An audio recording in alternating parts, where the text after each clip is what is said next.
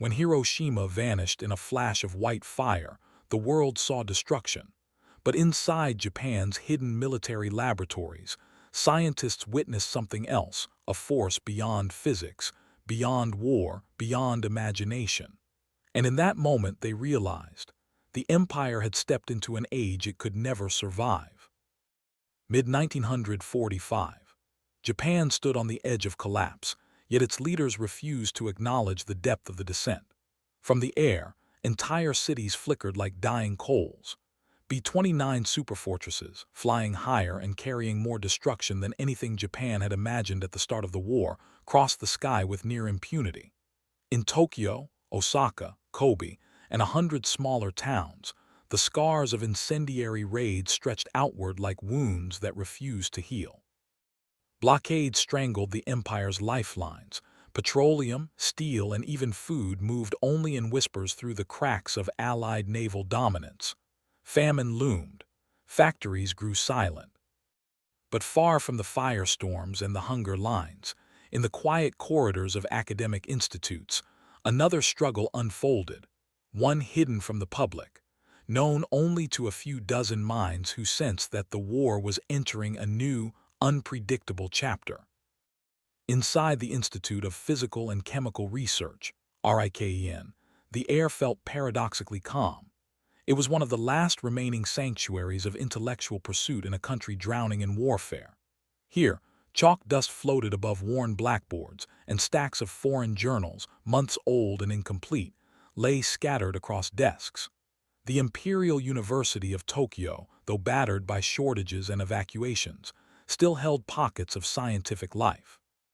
Laboratories operated on reduced power. Glassware was reused until it cracked. Yet the ideas being discussed inside these rooms were anything but small. Among the few who grasped the magnitude of what might be unfolding overseas was Yoshio Nishina, Japan's leading nuclear physicist. A soft-spoken man with a precise mind, he had once studied under Niels Bohr in Copenhagen, absorbing the foundations of quantum mechanics from the world's greatest thinkers. He understood better than almost anyone else in Japan what nuclear fission represented, not just as a scientific discovery, but as a potential force that could alter warfare entirely. Japan's own atomic effort, known as the Nigo Project, was a patchwork of ambition and scarcity.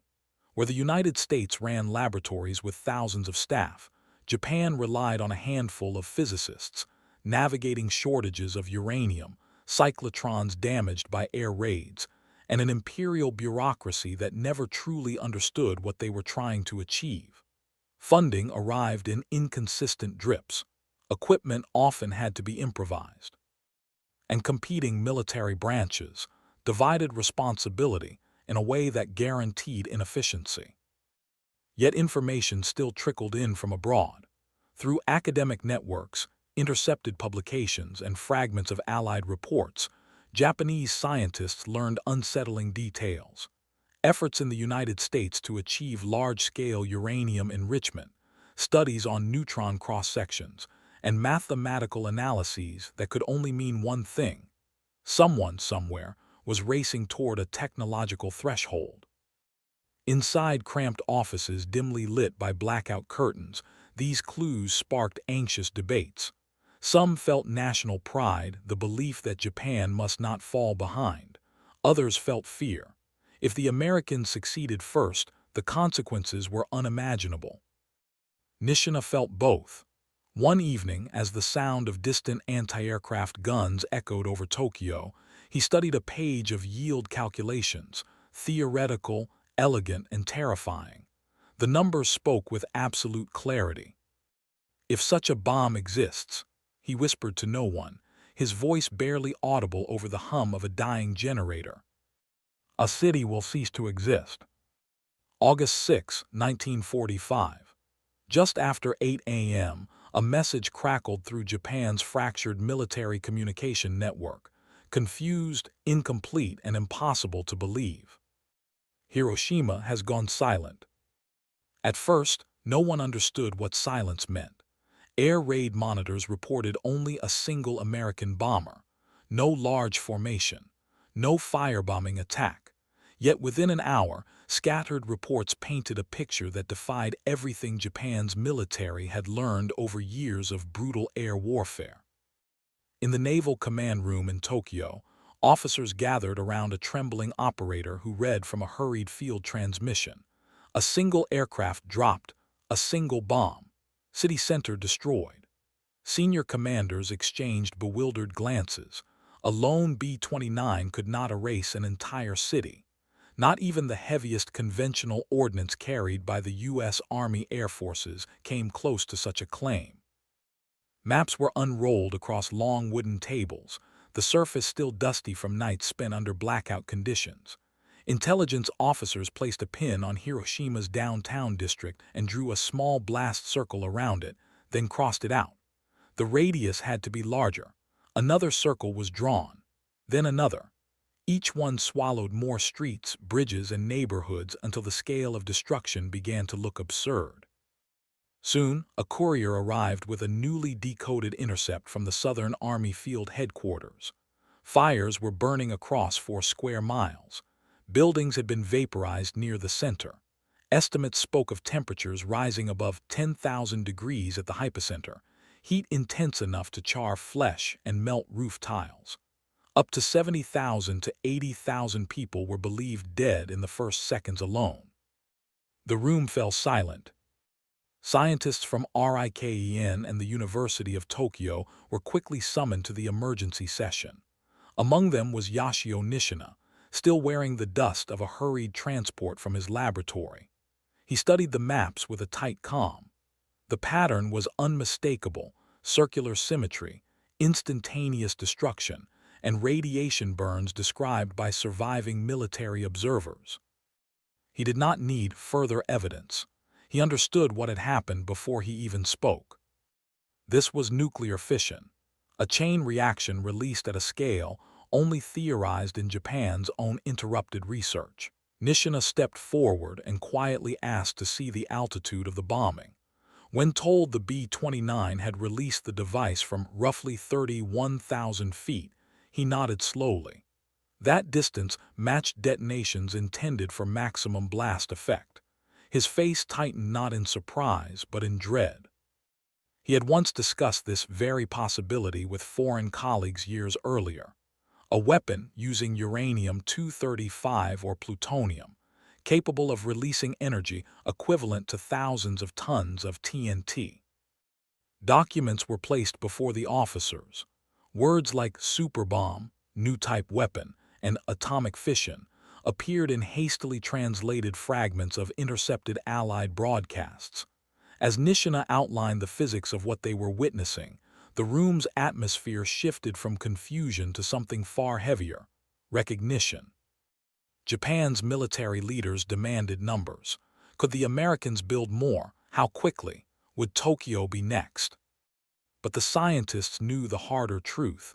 The United States had already solved the one challenge Japan never could: industrial-scale uranium enrichment. If a bomb had fallen on Hiroshima, others likely existed. Around the table, hardened officers stared at the expanding blast radius drawn across the map, their silence more telling than any order they might give. The sun had risen that morning like any other. By noon, it had been eclipsed by a weapon that changed the meaning of war itself. 2 days after Hiroshima vanished from the map, Tokyo's high command authorized an urgent scientific mission to the city. On August 8, Yoshio Nishina and a small team of physicists, engineers, and medical specialists boarded a military transport bound for the southwest. Their task was not military analysis or rescue coordination. It was something far more unsettling: to determine what kind of weapon could erase a city in a single instant. The moment they crossed into Hiroshima Prefecture, the landscape changed. Forests stood blackened, not burned in the chaotic patterns of incendiary raids, but seared uniformly as if a furnace had opened across the horizon. Leaves were gone, bark stripped, branches pointed skyward like skeletal fingers. Even the wind felt muted, carrying the faint metallic taste of ash. As the convoy neared the city, the scientists fell silent. Bridges over the Oda River sagged into the water, Their steel supports melted and warped into shapes that resembled soft clay. Entire neighborhoods had collapsed into geometric piles of rubble. Clay roof tiles, normally capable of withstanding intense heat, had fused into glassy masses. Shadows of railings, ladders, and even human silhouettes were burned into stone walls, preserved like negative photographs of a vanished world. The closer they moved toward the hypocenter, the stranger the ruins became. Wooden structures had evaporated. Iron tools were welded to the earth. Concrete walls stood upright but stripped of all interior life. There were no flames, no movement, no sound, only a stillness so complete it pressed against the senses. One member of the group later described it as a quiet so heavy it felt alive. Despite the emotional weight, the team began its work with clinical discipline. They measured burn patterns on surviving walls. They scraped samples of soil, noting how the upper layers had vitrified. They marked off damage gradients, tracing concentric rings of destruction that expanded outward in a near-perfect hemisphere. Every piece of evidence pointed to a heat pulse far beyond chemical explosives. Temperatures as high as 4,000 degrees C, enough to melt steel and fuse clay.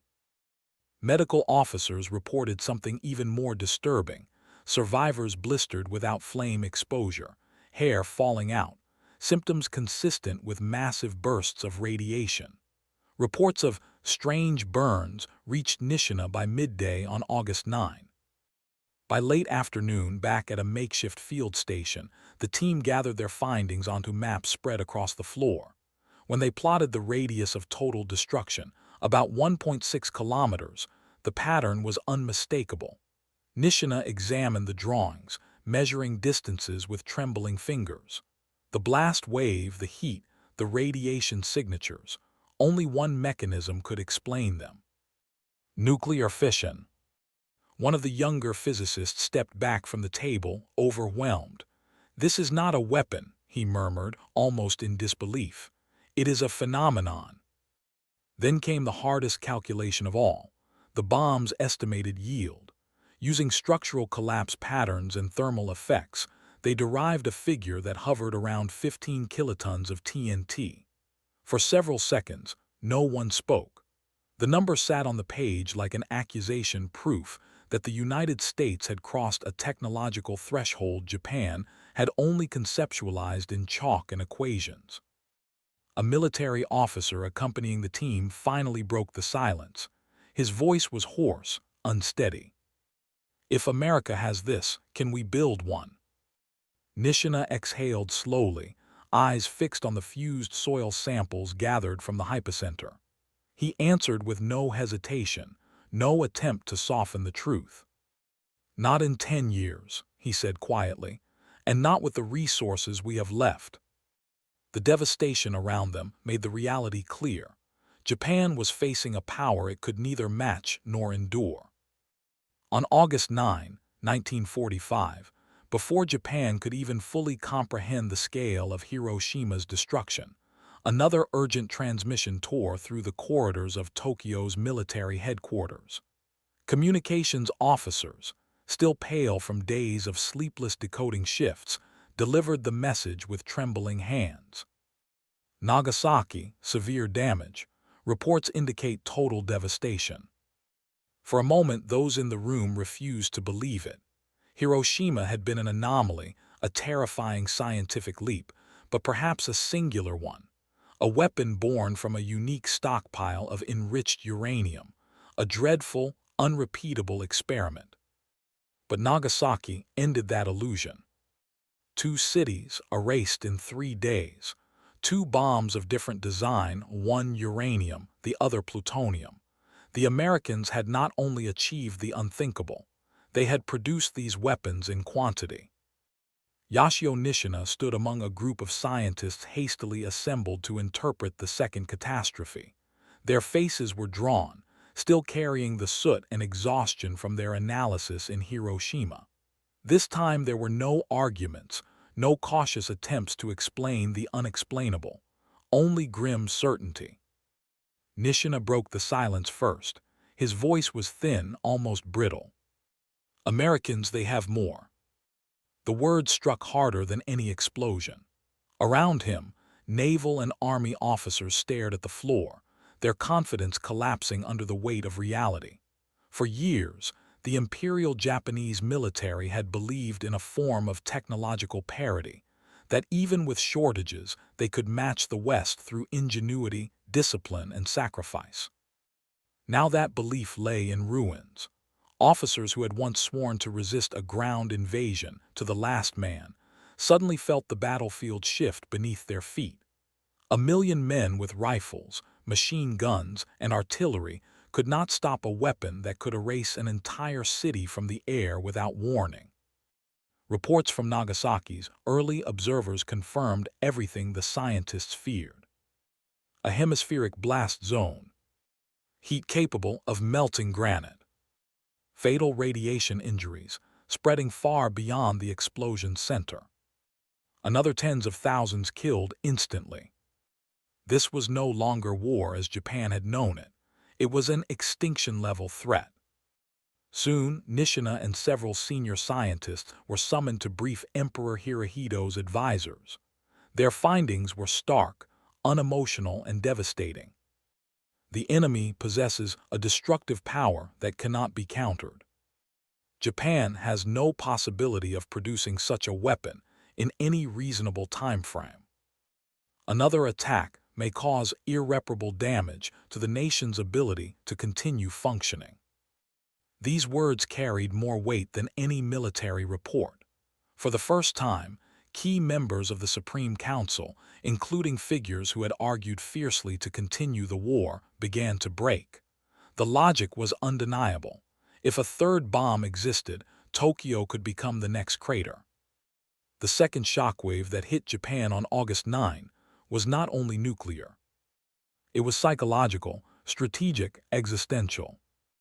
By nightfall, one reality had crystallized across every level of command. The era of conventional war had ended, and Japan stood on the brink of annihilation unless it accepted the terms of the Potsdam Declaration. In the weeks following Japan's surrender on August 15, 1945, the nation's scientific community faced a task unlike any in its history. Their laboratories had survived firebombs, shortages, and the collapse of an empire. But now they had to confront the aftermath of a weapon that had ended the war and reshaped the future of humanity. Under Allied supervision, Yoshio Nishina and his colleagues compiled their full technical analysis of Hiroshima and Nagasaki. Working with notes taken during their field surveys, structural measurements, interviews with survivors, and soil samples smuggled out before Japan's surrender, they produced a detailed report confirming what had already been suspected abroad. The weapon used on Hiroshima was powered by uranium-235, a fission device with a yield of roughly 15 kilotons. The spherical blast pattern, gamma radiation burns, and fused materials left no doubt. Nagasaki, they explained, bore the signature of a plutonium implosion device, a more complex design but equally devastating. When Allied inspectors, including American physicists familiar with the Manhattan Project, arrived in Tokyo, they were astonished by the precision of the Japanese calculations. Despite limited resources, Japan's scientists had reconstructed the bomb's characteristics almost exactly. Some of the Americans privately admitted that the Japanese post-bomb analysis was as rigorous as anything produced at Los Alamos. For the Japanese physicists, however, the work carried no pride, only grief. In interviews conducted later that year, Nishina reflected on what he had seen in Hiroshima: the fused stone, the shadows on concrete, the silence where tens of thousands had lived. No nation, he said quietly, should possess such a power. Its existence threatens all humanity. Others from his team echoed this sense of mourning. One researcher described the atomic bomb as the death of cities in an instant. Another called it a weapon too large for civilization, a force that exceeded not only morality, but the limits of human control. Across the Pacific, many of their Western counterparts felt the same dread. Robert Oppenheimer, who had overseen the creation of the bomb, famously recalled a line from the Bhagavad Gita as he watched the first test. "I am become death, the destroyer of worlds." Niels Bohr, who had once advised Nishina, warned that nuclear weapons demanded a new political order, one grounded not in power, but in restraint. In this strange post-war convergence, scientists from former enemy nations now shared a common fear: that the atomic age, born in the ashes of Hiroshima, might end all civilization if left unrestrained. For Japan, the legacy was profound. A nation that had once sought scientific advancement for military survival now became the first to confront the true cost of such ambition. Out of that reckoning emerged something new: a generation of Japanese researchers who advocated fiercely for nuclear regulation, disarmament, and the peaceful use of atomic science. From the ruins of Hiroshima and Nagasaki came not just reports and measurements, but a moral shift, a recognition that humanity had crossed a threshold. And once crossed, the path forward would demand wisdom equal to the power unleashed. The nuclear age had begun, not with triumph but with a warning written in ash.